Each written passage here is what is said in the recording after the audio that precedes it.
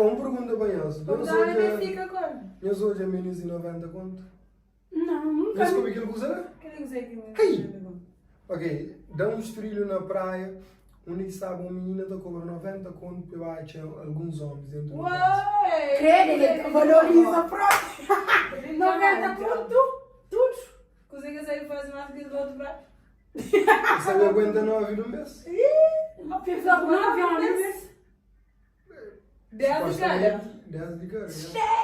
Ou às vezes um coche mais, whatever, mais na dinheiro, não gosta de falar Esse que mulher tem capacidade para aguentar 9 homens. Primeiro, é necessidade. Então começa com necessidade. Porque tem dinheiro para comer, só com problema financeiro. Trabalha, JP. Que tem trabalho na cabeça para trabalhar. 10 que menos da hoje. Não faz conta. Procura empregado. Sim, não faz conta. Aquela menina, esse sabe, mas se acabar de trabalhar naquele que você parece procura empregado. Mas hoje está aparecendo um que dá 10, amanhã está aparecendo um que dá 10, depois amanhã está aparecendo um que dá 5, está aparecendo um que dá 4, na fim do mês. E tem chance de fazer 100 conto. Sim, não há que pensa. Se eu trabalho numa loja chinesa, é 11 conto. Não, na 30 dias. Então quer dizer que É salário. 110 euros. 100 euros.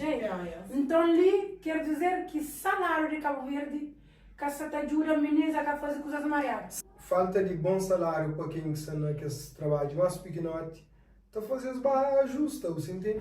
Uma menina que está ganha 10, 15 conto por dia na rute.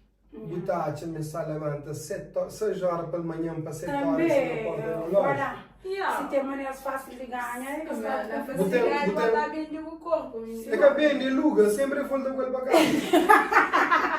Mas é triste, tem graça, mas é triste. Não, mas gente, o da luga, mas nunca volta aquela mesma pessoa. Agora,